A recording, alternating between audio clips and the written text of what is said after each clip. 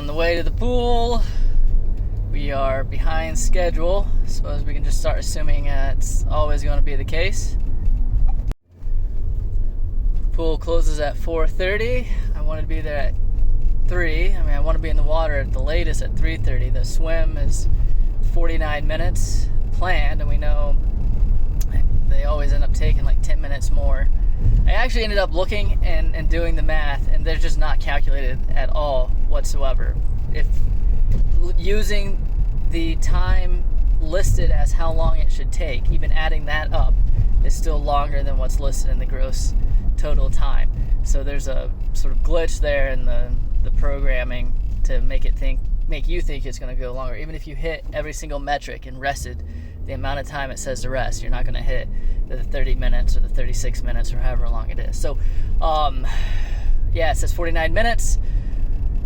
We'll be lucky to have a full 50 minutes in the pool, and there's other things that are worse, a lot worse. But I really hate when I start a workout and I can't finish it through some other means than, I don't know what, just being too exhausted to move.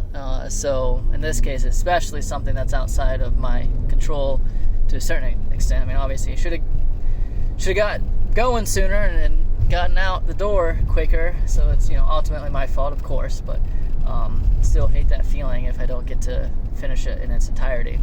So to defend myself, for leaving the house late, I did the strength and conditioning exercise before swimming. I didn't want to do it afterwards. I hate feeling like chlorine stuck to my body and smelling like it, and I don't feel like showering twice. So decided we'll do the strength and conditioning first, which I think would be good just for the arms anyways, and kind of learning to swim fatigue. This is the point of the swim, is just a long endurance type swim. So I need to get used to swimming tired anyways. So that was our first strength and conditioning of the week. That's good. It was all body weight for nearly 90% of it. Ended up not feeling that difficult to do. So next time we'll need to increase weight, even if it says body weight. I also think that means I should move to both strength and conditionings scheduled for the week rather than one. Now that I've gotten 2 weeks down of doing at least one, if I'm going to pick one of the two, and it needs to be the one earlier in the week, not the one at the end of the week, which seems to be more body weight, and then hopefully do both of them. If the second one really isn't that tough anyways, then who cares? It's just motivating myself to get down in the basement to actually start doing it. Well, we tried to get it all in. We were close. We were down to, I think, a 50-50, 100, and a 50. So what's that? 250. So like 2.5 laps, and then the cool down, which I probably would have skipped anyways. So we were close. Don't know how I feel. I don't know how I feel. Don't feel as bad, I suppose, as I thought I would for missing the whole, not finishing all the workout. I guess I'm probably a little frustrated with the breathing, trying to go every 3 versus every 2, see if that's faster. I'm not really seeing anything showing that I'm faster with 3 versus 2,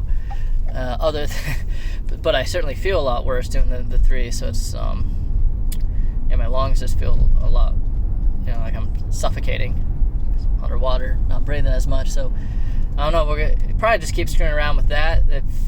When it is timed right, and while I'm not feel like I'm suffocating, it definitely feels a lot better, and it feels faster. I don't know if it is. Then if I do the other 2, going every 2, it just really hurts the left shoulder. I feel like I maybe hyperextend and tense it up a lot, and so it doesn't feel as comfortable. But it's not about feeling comfortable when racing, so that's kind of a secondary sort of issue to worry about. Really, it's just speed and efficiency. That's the primary focus.